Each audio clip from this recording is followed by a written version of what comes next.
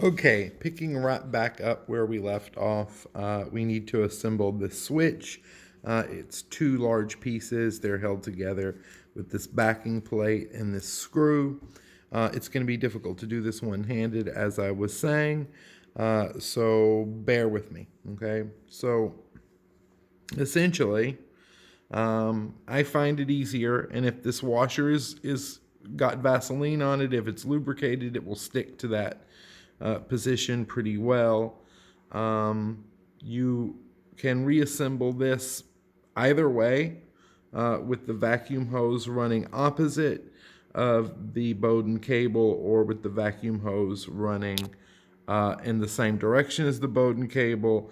I don't think that it matters. I think that it seals. Again, if this had more lubrication on it, it would stick better.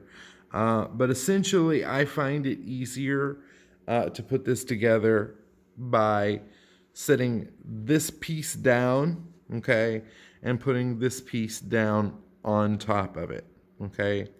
So that's what I'm going to try to do, but I am going to have to get a little bit more Vaseline on this in order to make this work.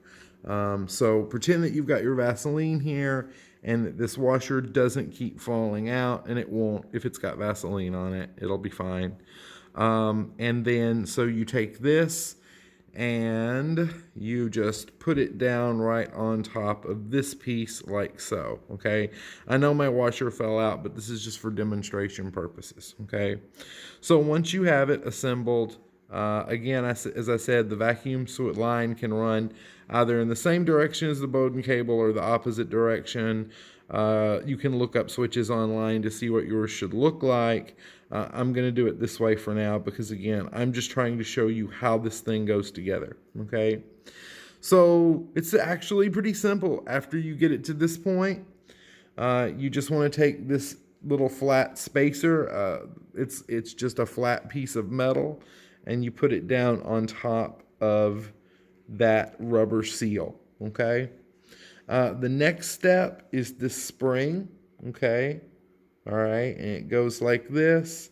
And then this backing plate with the screws in it actually has a sort of retainer for that spring, so that will be held in place.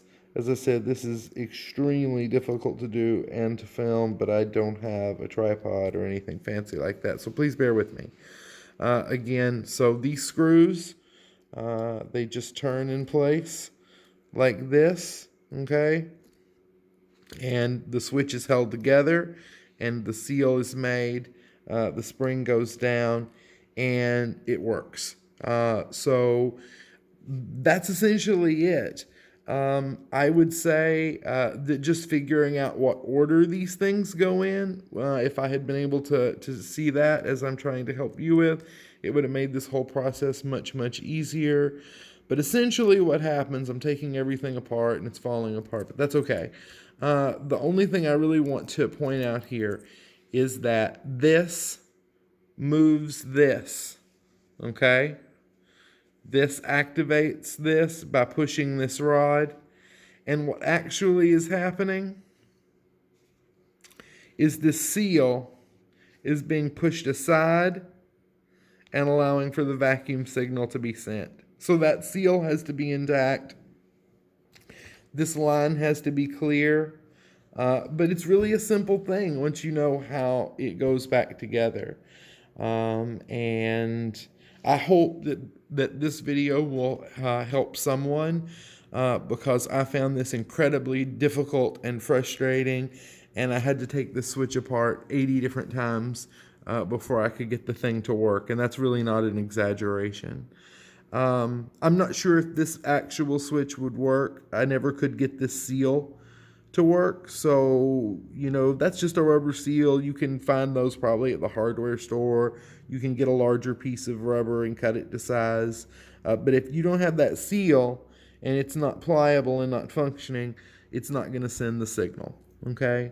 So I hope this helps someone to get one of these original washer systems set up correctly and functioning. If you're going by the 56 schematic, you can see that the hose, the connection marked control is what is actually hooked up to this, okay? This is the control. This controls when the washer system itself works. All right, have a great day. Thanks.